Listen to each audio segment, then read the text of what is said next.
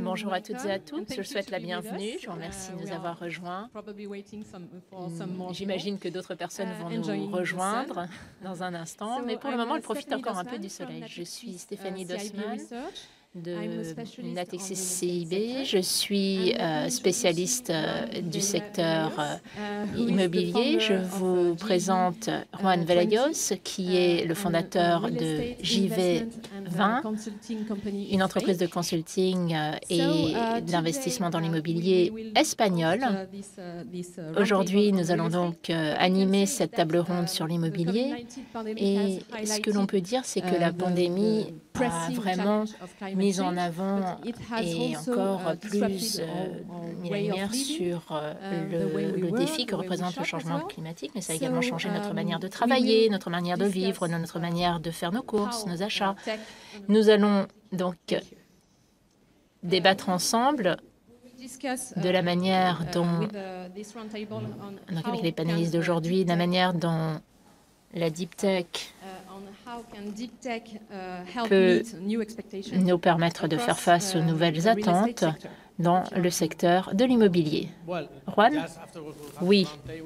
Ensuite, il y aura donc une table ronde avec trois intervenants aujourd'hui. Vincent Bryan, cofondateur et PO de DeepKey.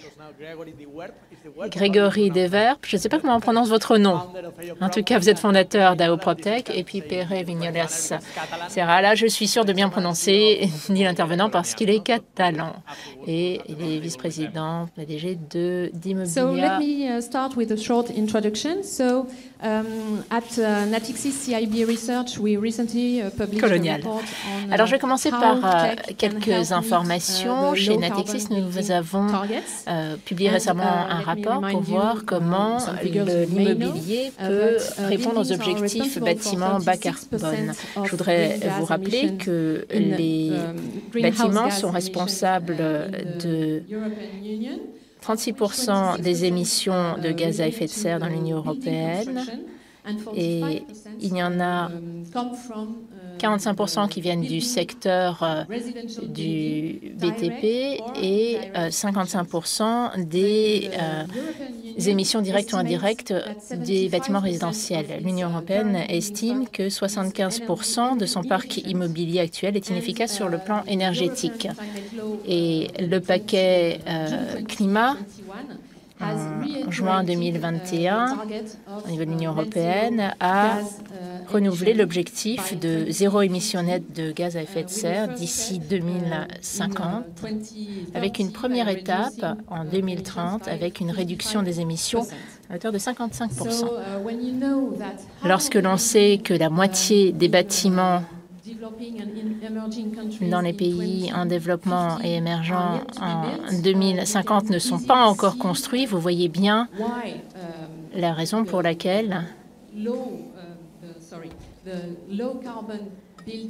les bâtiments bas carbone jouent un rôle et joueront un rôle essentiel et pourquoi la tech peut nous aider à atteindre ces objectifs. Les entreprises du secteur de l'immobilier se sont déjà attelées à ces questions liées au changement climatique, et c'est le cas depuis de nombreuses années. Les résultats atteints jusqu'à présent sont assez bons, vous le voyez ici à l'écran, et leur objectif de neutralité carbone est généralement l'horizon 2050, mais certains sont plus ambitieux et visent 2030. Et là encore, les technologies peuvent sans doute les aider beaucoup. Ici, je voulais vous montrer les conclusions de l'enquête qui a été menée par Natixis et BCG au cours des derniers mois pour voir dans quelle mesure la technologie peut jouer sur le secteur de l'immobilier. La conclusion est qu'il y a 4 technologies de rupture qui sortent du lot et qui, selon nous, peuvent aider à relever les défis posés par le changement climatique et plus particulièrement pour améliorer la performance énergétique des bâtiments. Alors tout d'abord, évidemment, rien de neuf à cela. Il s'agit de l'intelligence artificielle et du big data. L'idée est de mieux analyser la consommation énergétique dans les bâtiments, par exemple. Après cela, il y a 3 deep tech la réalité augmentée ou la réalité virtuelle. Comme vous le voyez, cela permet d'organiser des visites virtuelles qui limiteraient les émissions de CO2 liées au déplacement. Ensuite, il y a la blockchain et la tokenisation des actifs. Ça permet d'assurer une meilleure traçabilité pour le recyclage des matériaux de construction. Et puis enfin, l'impression 3D afin de pouvoir construire des logements ou des bâtiments durables. Je voudrais à présent vous donner quelques pistes de réflexion, chers intervenants. Nous allons parler du rôle des PropTech et de ce type d'actifs. Et la première question que j'aimerais vous poser, et nous pourrons débattre tout à l'heure, est de savoir pourquoi c'est la plus grande catégorie d'actifs en volume. Vous voyez, on est à 281 000 milliards de dollars, mais ça n'est pas corrélé au montant d'investissement en capital risque, par exemple. Il y a peut-être 9 fois moins d'investissement que dans les fintech. Pourquoi? Eh bien, alors, c'est peut-être une opportunité qui est manquée ou peut-être que ça n'est pas le secteur qui est privilégié pour ce type d'investissement. Deuxièmement, il est vrai que ce secteur n'est pas en tête des investissements. Néanmoins, depuis quelques années, on voit une augmentation. Néanmoins, il semblerait que la pandémie ait arrêté cet élan à la hausse. Alors c'est un petit peu contre-intuitif parce que tout le monde dit que la crise du Covid a eu un effet accélérateur sur les technologies. Alors est-ce que les chiffres que vous voyez ici sont justes, sont faux? Certains pensent que ces investissements sont trop risqués et ont cessé ces investissements, ou est-ce que c'est simplement la crise sanitaire et ils reviendront? Troisième élément que je voulais mettre en avant, ce sont les acteurs qui sont présents sur le marché. Lorsque l'on regarde le nombre d'acteurs présents, eh bien, on voit qu'il n'y en a pas beaucoup. Le nombre est assez limité. On vient d'en parler avec les intervenants. On a des grands acteurs. AO, par exemple, qui est ici aujourd'hui. Mais quand on regarde les autres acteurs sur le marché, on voit qu'ils sont encore peu présents, notamment en Europe. Pourquoi? Est-ce que en Europe, on ne peut pas faire en sorte que ces entreprises puissent fonctionner comme des licornes? Est-ce qu'on est en retard? Est-ce qu'on est en retard par rapport aux États-Unis? Parce que si vous regardez le nombre de licornes, il y en a moins chez nous qu'aux États-Unis ou en Chine. Quelle en a la raison? Et puis si vous regardez au Royaume-Uni ici, vous voyez que le Royaume-Uni et la France sont les plus présentes dans cet écosystème. Et bon, peut-être qu'on pourrait débattre de la position du classement des différents pays européens ici. Autre élément, on parle ici de technologies de rupture. On parle de révolutionner les choses avec les technologies. Mais s'agit-il de toutes les technologies? Nous ne savons pas quelles sont les technologies qui finalement seront les grands vainqueurs de cette tendance. Est-ce que c'est l'intelligence artificielle? Est-ce que c'est la réalité augmentée? Les startups sont très présentes dans ces technologies-là. Et il est aussi très difficile de comprendre comment s'installent ces PropTech, ces startups. Il est important qu'il y ait du capital risque parce que tout au début, avant même le lancement des startups, il n'y a pas beaucoup d'investisseurs. Les startups utilisent leurs propres ressources ou il y a quelques business angels. Mais lorsque vous voulez vous mettre à croître, eh bien, ensuite, effectivement, il faut du capital risque. Et là, il y en a de plus en plus. Et on voit que dans les pays nordiques, en Europe, c'est quelque chose qui se fait plus qu'en Europe centrale.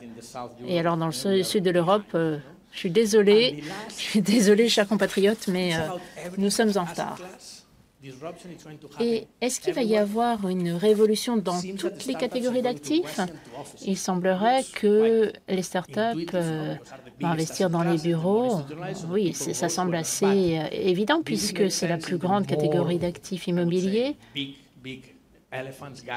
Mais je crois que c'est quelque chose qui correspond peut-être davantage à des grandes entreprises, ou est-ce que ces technologies de rupture peuvent être également utilisées pour les autres catégories d'actifs? Eh bien, voilà, autant de questions que je voulais simplement vous livrer et quelques pistes de réflexion. Merci. Nous allons démarrer la table ronde sans plus attendre. Peut-être que pour commencer, Grégory, je vais vous poser une question simple. Selon vous, où les technologies auront-elles le plus d'impact? Bonjour, je voudrais simplement réagir à un certain nombre de planches que je viens de voir. Il me semble qu'en fait, l'Europe est de manière générale en retard par rapport aux États-Unis pour ce qui est de l'appétit en matière de risque ou les technologies. Il n'y a pas de raison pour lesquelles ce serait différent sur l'immobilier, parce qu'en fait, nous avons des cadres réglementaires qui sont très intéressants ici pour ce qui est de l'environnement, du climat. On a vraiment beaucoup d'éléments qui, ici, un marché aussi, qui doivent nous permettre de bien nous installer en Europe. Nous sommes le plus grand fonds en Europe avec 250 millions en Europe et nous espérons que l'année prochaine, en fait, nous ne serons plus le plus grand, c'est-à-dire qu'en fait, il y aura de plus en plus d'ambition dans notre écosystème. Pour répondre à votre question maintenant, je pense qu'il est important de prendre un peu de recul pour essayer de comprendre ce qu'on entend par l'immobilier. Quel est cet écosystème? Pour nous, l'immobilier, c'est tout le cycle de vie. On parle de la chaîne d'approvisionnement des matières premières, l'esquisse, la construction, les transactions. Et tout cela, à chaque étape, eh bien, c'est une opportunité de créer de la valeur de trois manières différentes. D'abord, comment essayer de réduire les coûts d'exploitation autant que possible pour les propriétaires des bâtiments ou les gestionnaires. C'est-à-dire qu'il faut arriver à augmenter la marge, réduire les coûts d'énergie, limiter le gaspillage d'énergie. Il y a de formidables solutions qui sont proposées sur le marché aujourd'hui. On a des nouveaux systèmes de gestion des bâtiments avec intelligence artificielle. Il y a plein de technologies qui permettent de réduire de 20%, 30% votre facture énergétique, par exemple. Ensuite, il faut essayer de voir comment augmenter vos recettes en tant que propriétaire dans un monde où le montant des loyers est remis en question, notamment pour certaines catégories d'actifs. Avec la pandémie, tout est chamboulé. On ne sait pas comment certains actifs vont réagir et comment, en tant que propriétaire, je peux faire en sorte que cette relation privilégiée avec mon locataire, que ce soit un locataire particulier, résidentiel ou une entreprise, comment arriver à augmenter les recettes. Nous sommes dans un monde où Amazon et autres cessent d'entrer chez vous avec Alexa, avec Google et autres, et on essaie de créer cette confiance avec le locataire pour pouvoir avoir des opportunités d'augmenter ses recettes. Parce qu'en fait, votre plus grande dépense, généralement, dans votre budget, c'est votre loyer. Vous le versez donc à votre propriétaire. D'où la nécessité d'une relation de confiance. Comment arriver à faire en sorte que les recettes puissent augmenter, que chaque euro puisse vous permettre d'augmenter la valorisation de votre actif. Et puis le troisième élément, c'est le changement climatique. Il y a 2 ou 3 ans, on nous riait encore au nez quand on en parlait, mais aujourd'hui, on voit apparaître la convergence entre les autorités de régulation, de réglementation, les clients, à savoir les propriétaires, et les marchés des capitaux qui vont de plus en plus poser des questions pour voir ce que vous faites en tant que propriétaire pour intégrer les technologies afin de rendre le bâtiment plus performant d'un point de vue énergétique. Ce qui est important, c'est que les technologies aujourd'hui vous permettent non seulement de réduire votre empreinte carbone, mais également de réduire vos coûts. C'est-à-dire que le changement climatique, jusqu'à il y a encore quelques années, on pensait que lutter contre le changement climatique, ça allait simplement coûter très cher. Aujourd'hui, on sait que si on investit dans ce type de technologie, eh bien, on va gagner de l'argent d'argent, puisque si vous n'investissez pas dans ce type de technologie qui lutte contre le changement climatique, vous allez être sanctionné, pénalisé. Donc le coût de ne pas faire quelque chose, finalement, est très élevé. Et donc si vous ne faites pas quelque chose, non seulement vous ne créez pas de valeur, mais en plus vous allez avoir de la valeur qui va être détruite. Et c'est important de réfléchir aux choses de cette manière-là. Il faut penser à l'aspect création de valeur. Et plus précisément, Perret, en tant que propriétaire, comment est-ce que cela impacte votre stratégie? Écoutez, je dirais que la beauté et le problème en même temps auquel nous faisons face, c'est qu'il y a un impact sur tout. Comme Grégory l'a dit, en fait, dans la manière dont on crée nos actifs, on construit nos actifs, notre patrimoine, la manière dont on met en place une confiance avec nos clients, bien tout ça est très important. Mais la question de savoir, c'est comment, qu'il faut vraiment se poser, c'est de savoir comment gérer cette complexité. Et ça n'est pas seulement vrai pour ce qui est des éléments purement immobiliers, mais également pour tous les aspects environnementaux liés au changement climatique, c'est-à-dire qu'on a à la fois des problèmes et des opportunités. Il faut voir comment gérer ça. Il y a plusieurs questions qu'il convient de se poser. Et il me semble que tout d'abord, il faut que vous opériez un distinguo entre ce qui est vraiment votre chaîne de valeur et ce qui ne l'est pas. Ou alors, dans quelle mesure vous pensez que les PropTech vont vous impacter plus rapidement vos clients? Finalement, c'est un peu un pari, puisque vos ressources sont limitées.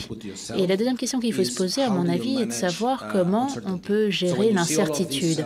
C'est-à-dire que lorsqu'on regarde tous ces problèmes, toutes ces opportunités, la question qu'on se pose est de choisir à quoi on va consacrer ses efforts.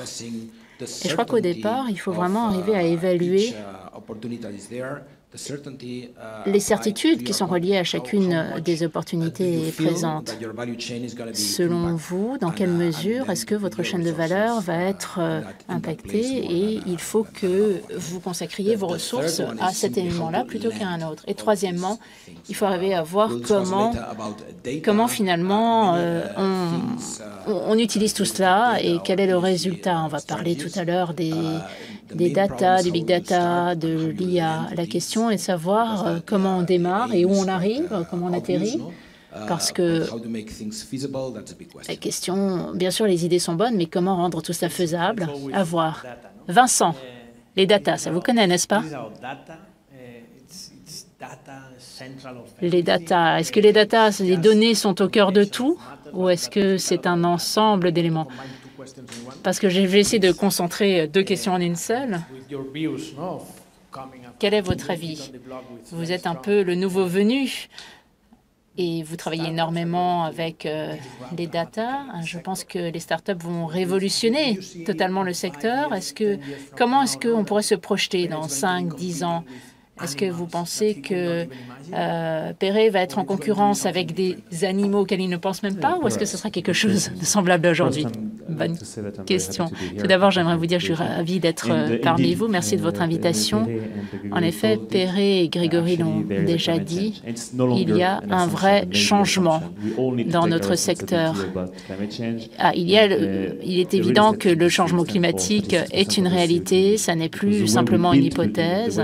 Et lorsque l'on dit que 75% du parc immobilier n'est pas efficace d'un point de vue énergétique, eh bien, il faut en tenir compte quand on construit des bâtiments. Et c'est vrai qu'au cours des dernières années, on a commencé à être de plus en plus conscient de la réalité du changement climatique, que ce soit en raison du cadre réglementaire, que ce soit en France, en Espagne, au Royaume-Uni, mais au niveau européen aussi, avec la taxonomie européenne. Et je veux dire que les États-Unis nous rattrapent aussi rapidement avec les nouvelles normes environnementales. Et comme les investisseurs ont compris que c'était absolument indispensable de tenir compte de l'environnement, parce que sinon, non seulement ils ne créeraient pas de valeur, mais ils allaient en détruire. Et j'aime bien citer Larry Fink, le PDG de BlackRock, qui dit qu'un PDG qui gère une entreprise sans tenir compte des émissions CO2 et un objectif zéro net d'émissions en 2050 va perdre de la valeur. Comment savoir qu'on perd de la valeur? Réfléchissez, il y a quelques années, il y avait une valeur verte. On se disait, si vous avez un bel actif, mettez simplement la certification BREEAM et ça vous apportera de la valeur. valeur. Maintenant, ça n'est plus ça. La valeur du marché, ce sont des actifs performants. Et si vous n'avez pas des actifs performants, à ce moment-là, vous perdez de la valeur. Et c'est à ce moment-là qu'on perd des points, en quelque sorte, si on n'est pas écologique dans son attitude. Il y a plusieurs études universitaires depuis quelques années, et c'est intéressant de lire celle de l'Université d'Oxford, qui indique que la destruction de valeur d'une catégorie d'actifs varie entre -2 et -20% la valeur de l'actif. Et quand on regarde l'énergie ne représente que 5-20 euros par mètre carré, tandis que le loyer, ça va être quoi 300 3000 euros peut-être le mètre carré. Mais par contre, lorsque l'on parle de la perte de valeur, si on perd 10% de la valeur, 20% de la valeur, parce qu'on n'a pas un actif qui est très performant d'un point de vue environnemental, de quoi parle-t-on ici? On parle vraiment du côté attrayant de l'actif. Et donc, il faut se demander quels sont les actifs qui sont en situation de risque ou non. Et pour ça, il faut collecter des données. Et ça n'est pas si facile que ça, parce que tout le monde parle de l'Internet des objets, etc. Il y a beaucoup de technologies disponibles. Chez DeepKey, on utilise aussi l'IoT. Mais comment utiliser cela dans son portefeuille? Parce qu'il faut se demander à qui appartient les données, ceux qui l'ont utilisé, ceux qui l'ont donné.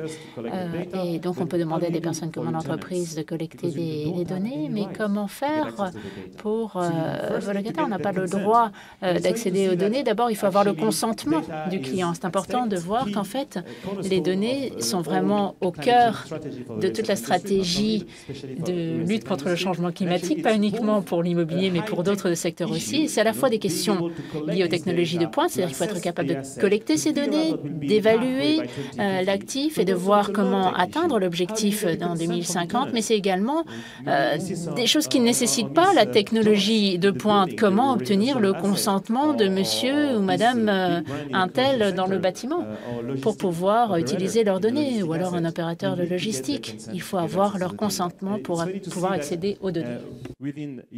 C'est intéressant de voir qu'en Europe, la manière de demander le consentement aux différentes personnes est différente. On ne demande pas de la même manière à un locataire allemand ou à un locataire espagnol. C'est très différent d'un pays à l'autre. Et ce que j'aime dire, c'est que ce n'est pas seulement une question technologique. C'est bien sûr une question technologique, mais c'est une question de gestion des changements également. Alors, une autre question maintenant, est-ce que vous voyez une sorte d'animal, de monstre qui va venir et révolutionner votre secteur? Est-ce que vous voyez des entreprises dans lesquelles vous investissez qui vont peut-être être en concurrence avec Perret à l'avenir? Oui, je vois des entreprises venir poursuivre ce qui a été dit. Lorsqu'on regarde le SG, par exemple, il y a beaucoup de choses qui arrivent. On parle des caractéristiques physiques d'un bâtiment pour l'instant, ce qu'on appelle le périmètre 1 ou 2, mais ce qui arrive, c'est sur le périmètre 3, vraiment que les questions vont se poser. C'est ce qui va au-delà de votre propre entreprise. C'est l'empreinte carbone complète, la vôtre, les personnes qui sont à l'intérieur de vos bâtiments, pas seulement lorsqu'ils sont à l'intérieur de votre bâtiment, mais à l'extérieur également. Donc c'est cette réalité complexe qui doit être prise en compte, et il faut trouver une réponse qui n'est pas encore donnée par les acteurs, qui n'est pas donnée par nous ou par les autres entreprises historiques. Donc on voit qu'à ce niveau, il va y avoir des réponses qui vont être offertes par ces animaux qui n'existent pas pour l'instant. Et c'est une bonne chose. Je pense, oui, bien sûr, nous sommes à un moment charnière aujourd'hui. Les entreprises ont deux choix. Les entreprises peuvent décider de faire les choses comme elles les ont fait pendant des années et des décennies. Tout a fonctionné, il y a eu beaucoup d'argent et tout le monde est heureux.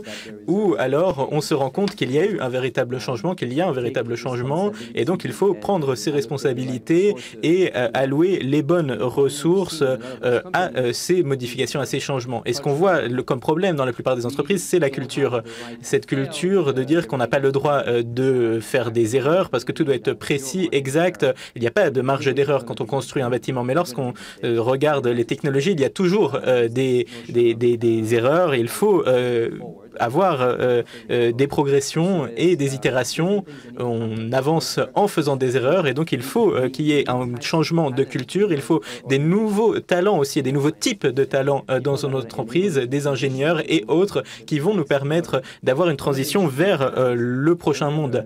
Et il y a 3 ans, par exemple, je me souviens, j'étais à un dîner à Londres avec un 10 top PDG du bâtiment au Royaume-Uni et je parlais de technologie et tout le monde me riait au nez parce que les gens disaient ça ne va pas avoir lieu, c'est mon successeur qui s'y intéressera. Quelqu'un disait 3 ans avant de prendre ma retraite, je ne veux pas vraiment réduire ou augmenter les investissements et réduire les revenus parce que c'est pas moi qui vais voir les bénéfices, ce sera mon successeur. Et donc il y a vraiment cette question du changement de culture, de voir comment on adopte le changement et de voir que ces changements ont vraiment lieu et les meilleures organisations adoptent ce changement, elles avancent avec le changement, ils comprennent quelles sont les failles, ils comprennent qu'ils ne savent pas ce qu'ils ne savent pas et qu'il faut apprendre, qu'il faut dépenser de l'argent pour intégrer les technologies. C'est quelque chose qui est douloureux, personne n'aime ça, les employés ne l'aiment pas, les employés vous détestent quand vous faites cela, ils ne veulent pas changer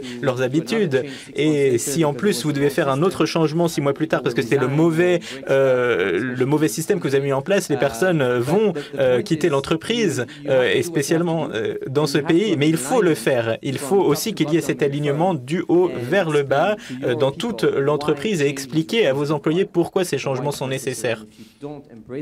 Et dire que si on ne fait pas ces changements, eh bien l'entreprise ne sera plus pertinente, pas dans 10, 20 ans, mais vraiment dans 5 ans seulement.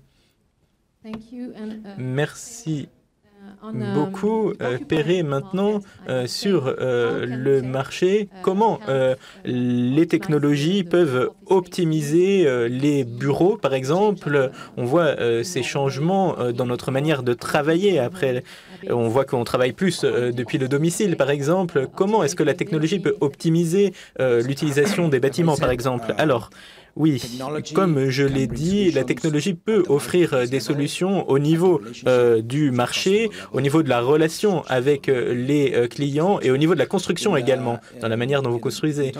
Et si on parle des clients, je pense que la nouvelle relation qu'on attend de nous, c'est d'avoir une stratégie qui se centre sur le client. Alors ce n'est pas facile parce que, comme cela a été dit il y a quelques minutes, ce n'est pas tout à fait naturel de dire que le propriétaire a une relation avec le client final, le client ultime. Vous avez une relation avec un locataire. Et donc, comment développer une stratégie qui va vraiment prendre en compte l'utilisateur ultime, mais c'est quelque chose qui est difficile à faire aujourd'hui. Il faut trouver un équilibre. Mais ce qu'il faut faire vraiment, c'est de passer de stratégies qui se basent sur l'immobilier, qui se centrent sur l'immobilier, où on donne simplement des salles et des murs, à une autre stratégie où on essaye d'offrir une expérience aux clients. Et encore une fois, c'est quelque chose qui n'est pas lié simplement à ce que l'on fait à l'intérieur des bâtiments. Jusqu'à aujourd'hui, la première raison pour laquelle les personnes aiment un bâtiment, c'est le temps qu'il leur faut pour arriver jusqu'à ce bâtiment. Donc les questions de mobilité sont une priorité, la principale priorité. Numéro 2, ce n'est pas ce qu'il y a dans le bâtiment, mais ce qu'il y a autour du bâtiment, quelles sont les expériences qui existent à l'extérieur du bâtiment, c'est le deuxième critère. Et dans nos recherches avec nos clients, c'est le deuxième critère. Et le troisième critère, eh bien, c'est à l'intérieur, la flexibilité et avoir une bonne expérience à l'intérieur de ce bâtiment. Donc, comment vraiment gérer tout cela et trouver un résultat qui est pratique pour l'utilisateur ultime, qui n'est pas forcément votre client, mais la personne qui loue à votre client. Parfois, c'est ça la stratégie qu'il faut trouver. Grégory, est-ce que vous avez un point de vue sur cette question? Oui, il a tout à fait raison. Le défi pour l'immobilier, c'est qu'il y a beaucoup d'acteurs, beaucoup de niveaux différents. Il y a le gestionnaire du bâtiment, les locataires et beaucoup d'autres acteurs. Et je pense que l'une des transformations les plus importantes au cours des dernières années dans notre secteur, c'est qu'on est passé d'une approche qui centre le propriétaire. On donne un contrat qui dure 3, 9 ans et on n'a pas d'interaction et une autre approche qui se centre sur le client, où le client demande de la flexibilité, demande des solutions personnalisées, de l'agilité, de la technologie et demande à savoir que le propriétaire du bâtiment me permet d'atteindre mes objectifs zéro net et tous les autres aspects de cette équation qui est complexe. Et donc, c'est ce changement qui existe. On parle souvent dans les journaux de la fin des bureaux. C'est la mort des bureaux. On aime utiliser cette expression et être très sensationnaliste. Mais ce que l'on dit, c'est que les personnes qui disent cela sont les personnes les plus mal informées. Parce que lorsqu'on se penche sur la question, on voit qu'il y a cette volonté de passer du temps dans les bureaux. On sait qu'il y a un certain nombre de problématiques qui ont été révélées.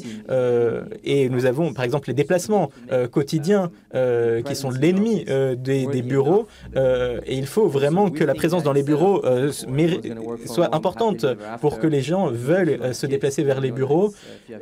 Si vous avez des jeunes enfants, par exemple, à la maison, ça peut être très difficile de travailler depuis le domicile. J'ai un enfant de 18 mois à la maison et c'est difficile. Mais je pense qu'il peut y avoir un équilibre entre le siège, il y a les personnes qui vont travailler un certain nombre de jours par semaine au siège, 2, 3, 4 jours, et on peut combiner ça avec le fait de travailler plus près du domicile plutôt que du domicile, et comment on permet aux employés de faire en sorte, comment on permet aux employés de ne pas se déplacer vers le siège et d'aller peut-être dans des centres plus près de chez eux. Et qu'est-ce qui permet de faire cela? Eh bien, c'est d'avoir un changement avec des logiciels qui sont utilisés pour la gestion dynamique des employés. Comment on gère les employés au niveau de leurs horaires, et parce que, par exemple, si on donne la décision aux employés, la plupart des employés voudront rester chez eux. Et donc, comment gérer le temps et gérer les espaces, comment allouer des espaces aux différents employés, et ce sont les questions qu'on se pose, et ce sont des changements qui vont avoir lieu, et il faut vraiment voir comment nous allons permettre aux bureaux de répondre aux besoins des locataires, des clients. Maintenant, je voudrais que l'on parle de l'environnement du vert. Maintenant, tout doit être vert. Qu'est-ce qui est vrai? Qu'est-ce qui n'est pas vrai? La question du greenwashing, qui est très importante. Comment on a beaucoup parlé de la technologie et on a parlé du fait que nous travaillons avec des êtres humains, de comprendre ce qu'ils comprennent et quel est le rôle que l'environnement va jouer, que les technologies vont jouer pour passer du faux vert au vrai vert. Comment devenir une vraie entreprise respectueuse de l'environnement? Nous avons 50 nuances de vert aujourd'hui, je pense.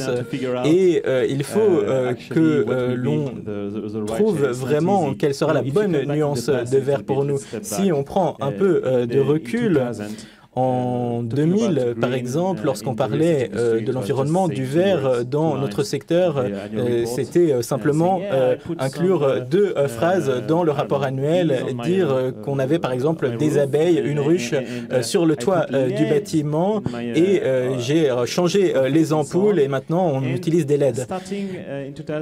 Et à partir de 2003-2004, il y a eu des transformations avec des labels vertes, haute qualité, Passifals et d'autres labels. Et tout cela se concentrait sur la construction. Mais la construction, c'est simplement 1% du renouvellement du parc immobilier. Le parc immobilier de demain, il existe pour 99%. Donc 80%, si on regarde pour 2050, existe déjà ce parc immobilier de 2050, il existe à 80%. Donc si on se concentre sur les nouveaux bâtiments, eh bien on ne va pas répondre à ces problématiques de changement climatique, puisque les problématiques, elles se concentrent sur les bâtiments existants. Donc on s'est concentré sur la gestion des bâtiments. Ensuite, il y a eu des observatoires qui se sont penchés sur ces questions. L'Observatoire immobilier durable en français, BDP, au Royaume-Uni. Et puis, il y a eu encore eu un autre changement au cours des dernières dernières années. Et ces changements, c'est l'émergence des trajectoires. Les trajectoires, pourquoi elles sont particulièrement puissantes? Parce qu'on ne peut pas dire que l'on va avoir une réduction de 20% sans dire quand est-ce qu'on va commencer à mesurer et quand on va finir de mesurer cette réduction. Et donc, on le voit avec Immocolonial, avec DeepKey, et qu'il y a vraiment des réductions qui sont extrêmement claires. Il faut que ça commence en 2030 et il faut être à zéro net. C'est très, très clair. Il faut dire, on a des chiffres extrêmement précis. Et tout cela, c'est révolutionnaire. Parce qu'on a vraiment un objectif qui est partagé pour tout le monde. Et lorsqu'on dit ce qui est vert, ce qui n'est pas vert, et c'est votre question. Et pour le changement climatique, la seule chose qu'on peut dire qui est vraiment bonne, qui est vraiment verte, eh bien, c'est d'atteindre ces objectifs de zéro émission nette. J'aime bien, par exemple, la philosophie de la taxonomie européenne qui disent que le changement climatique, c'est la priorité, mais il faut aussi que nous n'ayons pas nous causions pas de dégâts pour les autres, pour la biodiversité, l'eau, le sanitaire, les déchets, le recyclage, tout cela est important également. Il faut les garder en tête, mais la première priorité, c'est le changement climatique. Et lorsqu'on parle des données, les données sont clés parce qu'il faut mesurer les choses. Il y a un proverbe qui est assez connu aux Pays-Bas, je ne peux pas vous le donner en néerlandais, qui dit que mesurer, c'est connaître, connaître, c'est agir, agir, c'est réduire. Voilà, il faut faire ça. Je pense que ce que vous dites est très intéressant. Et il y a ces questions clés de la certification. Tous les investisseurs veulent trouver des actifs BREEAM, LEED pour acheter avec une valeur ajoutée aussi dans la rénovation des bâtiments pour augmenter la valorisation des actifs. Donc ma question est de savoir comment vous évaluez l'impact de la tech sur la valorisation des actifs. Est-ce que vous pensez que ce sont seulement les actifs obsolètes sur lesquels il va y avoir un impact? Comment mesurer cet impact de la technologie, des technologies? Je pense que nous y réfléchissons en même temps. Aujourd'hui, sur le marché, on ne se penchait pas sur la question il y a quelques années. Ce n'était pas une question qu'on prenait en compte financièrement. Il n'y avait pas d'impact des technologies sur la valorisation. Et puis, on a eu cette évolution qui a été donnée. Et il y a eu cette évaluation, cette idée que si on n'investit pas, si on ne fait pas du vert, eh bien, on n'est pas dans le jeu. C'est la situation actuelle. Il y a un certain nombre de personnes qui maintenant avancent très très rapidement parce qu'ils vont être dans ce piège marron autrement. Et je ne pense pas qu'à Haut, nous étions particulièrement visionnaires, mais nous avons eu une stratégie nous avons investi dans ces bâtiments verts pour l'expérience utilisateur, pour avoir des retours sur investissement plus importants aussi. Mais on voit aujourd'hui que, en termes de ESG, c'est aussi un avantage. Et l'on voit aujourd'hui que on est en train de trouver la réponse à votre question. Est-ce qu'il y a une valeur incrémentale si on adopte des stratégies novatrices en termes de ESG? C'est la question qu'on pose. Et on voit, par exemple, d'un point de vue financier, du côté de l'equity, c'est encore difficile de trouver des réponses. Mais en ce qui concerne la dette, on voit que si l'on crée de la dette verte ou si l'on transforme la dette en dette verte, sans utiliser de greenwashing, bien sûr, c'est quelque chose qui peut être fait avec des audits et des tests, eh bien, lorsque l'on fait cela, eh bien, l'on voit qu'on a 20 points de base de moins sur le coût de la dette.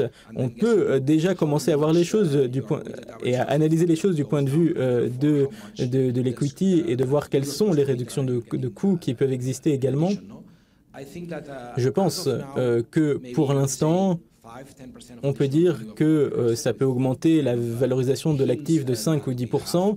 C'est les idées que nous avons pour l'instant, mais ça veut dire que ça représente quelque chose d'absolument énorme pour l'instant. Ça veut dire qu'il faut investir dans cela. Donc on passe de cette question du piège à cette question de la valorisation. On aura une idée qui sera beaucoup plus claire dans quelques années lorsque les marchés de capitaux seront beaucoup plus avancés en termes d'instruments verts qui pourront être comparés à des instruments qui ne sont pas verts. On aura une question une réponse plus précise. Dans quelques années, je pense qu'il ne sera pas possible d'investir dans des actifs qui ne sont pas verts, quelle que soit la signification de vert dans quelques années. Mais j'ai une autre question, Grégory. Vous avez parlé, il y a quelques années, vous étiez à Londres et tout le monde disait, enfin, tout le monde vous riait au nez. Et maintenant, je pense qu'aujourd'hui, les leaders, les PDG pensent qu'il n'y a plus d'alternative. Vous y croyez ou vous n'y croyez pas, mais on ne peut pas dire que c'est quelque chose qui n'est pas important pour moi. C'est le sentiment que j'ai. Alors ma question est la suivante. Il y a des risques. Qu'est-ce qu'il va venir avec cette vague de technologie, avec cette vague d'innovation? Et lorsqu'on nous dit il faut faire quelque chose, ou autrement je serai en retard, quelles sont vos inquiétudes dans ce domaine? Toutes ces avancées qui arrivent, les sécurités, la confidentialité, les données, la protection, il y a beaucoup de risques. Et quelles sont vos inquiétudes principales? Quelles sont les inquiétudes des clients également? Oui, vous savez, lorsque nous avons lancé notre fonds, nous pensions au départ que la seule manière de nous lancer, c'est qu'il y ait vraiment une forte levée de fonds, sinon ça ne fonctionnerait pas. Et maintenant, nous travaillons avec les grandes entreprises, toutes les grandes entreprises, on parle à tout le monde et ils veulent s'engager. Alors bien sûr, ça semble risqué au départ. Pourquoi? Parce qu'en fait, on part de rien à tout et évidemment, c'est difficile. Et il y a toujours un risque. J'aime bien faire l'analogie suivante. On peut prendre le volant de sa voiture et avoir un accident, mais vous apprenez à conduire, vous avez des systèmes de sécurité dans la voiture, des airbags, etc. et ça fonctionne. Et c'est pareil pour les technologies. Il faut que la culture évolue, il faut que les entreprises fassent passer le message suivant, que différents types de talents vont se compléter. Et l'idée, c'est pas de dire on va démarrer l'innovation dans une entreprise en prenant le chef comptable et quelqu'un qui n'y connaît rien en innovation. Ça fonctionne pas, évidemment. On se demandait pourquoi gaspiller de l'argent ainsi. Non, en fait, ce qui est intéressant aujourd'hui, il y a deux, trois choses. D'abord, le public réalise enfin l'importance de l'immobilier, du parc immobilier dans le débat sur le changement climatique. Et c'est très récent. Je me souviens récemment, j'ai donné un discours dans une conférence sur le changement climatique et 85% des personnes disaient que c'était surtout le secteur des transports, transport routier notamment, qui était important. Alors, il y a des difficultés avec les données en ce moment en Europe. Il y a bien sûr le RGPD. Donc, quand on entend le mot données, les gens partent en courant. Ils ont peur. Et bon, c'est simplement un cadre. Il faut apprendre à construire dans ce cadre-là. Mais on n'a pas le choix. Aujourd'hui, il est plus risqué de ne rien faire que de prendre le risque de faire quelque chose. Et c'est la raison pour laquelle je crois que l'état d'esprit a évolué. Les entreprises ne dépensaient jamais plus que 0,5% de leurs recettes dans l'informatique. Alors qu'aujourd'hui, il faut bien sûr investir davantage, c'est clair. Il faut faire évoluer pas uniquement les choses au niveau de ses actifs, mais également dans le management, comment prendre les décisions, comment optimiser les données dont on dispose, comment utiliser des éléments dans les différentes parties de l'entreprise pour travailler de manière collective, collaborative. Alors c'est quelque chose qui fonctionne, il faut bien sûr mettre les bons systèmes en place, investir dans la sécurité, recruter les bonnes personnes, mais ça fait partie de l'évolution. Et comme je l'ai dit, on n'a pas d'alternative de toute façon, donc c'est une bonne nouvelle.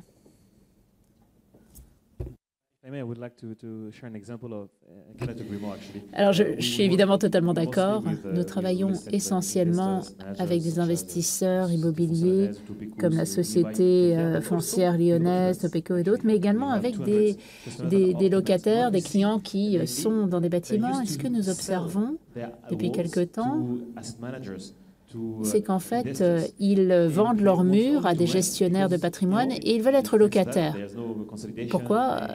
Eh bien, parce qu'à ce moment-là, il n'y a pas de consolidation à faire dans le bilan, c'est juste un coût à gérer et on mène toutes ces activités dans le bâtiment. Maintenant, c'est totalement l'inverse.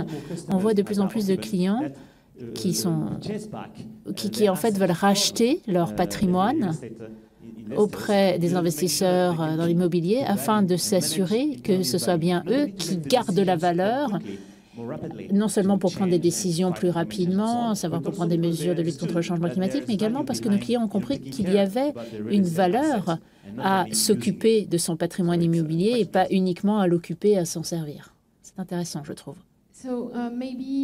Oui, peut-être y a-t-il des questions dans la salle?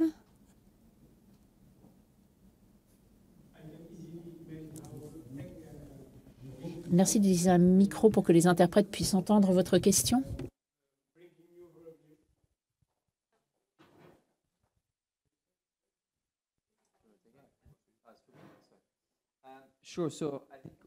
La réponse est, ce que j'essaie de vous dire, c'est qu'en tant que propriétaire, il n'y a pas de raison d'avoir une seule source de revenus qui serait le loyer. Vous avez une relation avec vos locataires, avec les occupants qui passent par votre bâtiment. Si ce sont des bureaux, il y a bien sûr les salariés, mais également des prestataires de services, etc. Donc la question est d'essayer de voir comment on s'approprie toutes ces activités qui ont lieu dans le bâtiment ou autour du bâtiment, comme par exemple en créant une application d'engagement des locataires. C'est-à-dire qu'il y a beaucoup de choses qu'on pourrait faire par l'application et ça vous permettrait de vraiment tirer profit au maximum de la base de données ces locataires. On peut collecter des données, on peut ensuite faire un lien avec des prestataires de services. Ça, c'est la réponse facile. Et si on pense au secteur résidentiel, il y a des locataires qui payent un loyer, mais en tant que propriétaire, vous devriez être en mesure de proposer une enveloppe, c'est-à-dire il y a les charges, il y a le téléphone, etc. On a par exemple une entreprise, lorsque vous êtes locataire, vous pouvez décider que vous souhaitez payer peut-être 50 € de plus et changer de canapé. C'est simplement un coût supplémentaire au loyer. Et donc, si vous proposez cela, eh bien, vous serez le premier à le savoir en tant que propriétaire. Et si vous voulez, vous pouvez vous relier à des prestataires de services ou à des vendeurs de produits. Et ça passerait par vous en tant que propriétaire. Et ça vous permettrait aussi d'avoir une autre source de revenus et d'augmenter la valeur de votre patrimoine de 3-4 %. Alors, il y a une autre manière aussi dont on peut répondre à votre question. Moi, je vois les choses de la manière suivante. On parle de changement climatique, de ESG, tout cela est au cœur même du secteur de l'immobilier. Tous les propriétaires travaillent sur ces points-là depuis des années. Nous savons qu'il faut le faire et très honnêtement, il y a 3-4 ans, les locataires ne nous suivaient pas. C'est-à-dire que nous faisions beaucoup dans nos bâtiments, dont nous sommes propriétaires, et les locataires n'étaient pas particulièrement impressionnés par nos efforts. Mais aujourd'hui, nous sommes dans la situation suivante. Nous, les PDG d'entreprises foncières, en fait, nous savons qu'il faut faire ce qu'il faut mettre le prix. Mais nos locataires sont aussi de plus en plus conscients du fait qu'ils doivent avoir une attitude écologique, quoi qu'il en soit, et quel que soit le prix. Et donc, proposer un bâtiment faible carbone pour mes locataires, ça n'est plus une question. Ce qui est important maintenant, c'est de se dire qu'en fait, on va pouvoir augmenter le loyer parce que le locataire va trouver qu'il y a une valeur ajoutée à être dans un bâtiment bas carbone. On a parlé de création de valeur tout à l'heure. Si vous combinez le fait que le coût de financement va être plus faible si vous avez les bons systèmes en place, que vous pouvez facturer un coût plus élevé pour le loyer, vous répercutez cela sur le locataire et la valeur sera plus grande lorsqu'on revend également le bâtiment. Et vous voyez, il y a un effet multiplicateur qui finalement fait augmenter la valeur. Et nous sommes en train de comprendre que cette valeur ne cesse d'augmenter avec le temps et je pense que cet effet multiplicateur jouera un rôle important. Oui, Juan, si vous permettez, je vais ajouter quelque chose. En même temps, Nous, les investisseurs qui investissent pour avoir des bâtiments plus performants d'un point de vue énergétique, nous devons faire face à des questions de plus en plus difficiles. La semaine prochaine, j'ai une réunion devant un comité en charge de l'énergie. Et la question, c'est de savoir, est-ce qu'on va dépenser 40, 60, 80, 100 millions d'euros pour avoir des bâtiments plus verts? Et donc, en fait, on va surtout parler du montant. Et là, ça sera vraiment de la monnaie sonnante et trébuchante. Ce ne serait pas juste un chiffre comme ça en l'air. C'est vraiment réel, là, c'est très concret. Alors, est-ce qu'on va dépenser 40, 60, 80, 120 millions d'euros? Ce sont de vrais chiffres. Et d'un côté, on va avoir du vert, du très vert, du super vert pour les bâtiments. Et la question, c'est de savoir si on va choisir plutôt le niveau A, B, C pour l'environnement. Alors, je sais que, évidemment, la valeur va s'en trouver augmentée, mais il y a aussi un fort investissement au départ. Et ça, c'est vraiment ce qui est au cœur de préoccupation des entreprises propriétaires aujourd'hui. Oui, on va savoir dans quelques jours si c'était plutôt 40, 60, 80 ou 120. Oui, d'ailleurs, tout ce que je vois, et ce que vous nous dites aussi, c'est que de plus en plus, ce type de réflexion commence à s'ancrer dans les esprits des uns et des autres. On commence à comprendre que la technologie doit nous permettre d'éviter toutes les fuites que l'on peut avoir à droite, à gauche, notamment d'énergie. Et peut-être une autre question, bon, la réponse à la question pour moi est claire, c'est que quelle que soit la raison, ce secteur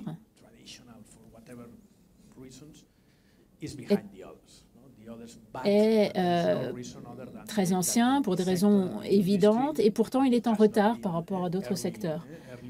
Pourquoi? Pourquoi n'a-t-il pas avancé plus vite comme dans d'autres secteurs? Parce que l'environnement fait partie du quotidien d'autres secteurs depuis très longtemps, pas l'immobilier. Alors pourquoi? Bon, écoutez, on ne le sait peut-être pas, mais on va voir des entreprises comme AO Protect qui font des levées de fonds considérables parce que c'est un sujet qui est vraiment d'actualité. Merci beaucoup, merci d'avoir consacré votre temps à cette table ronde et j'espère qu'elle vous aura été utile.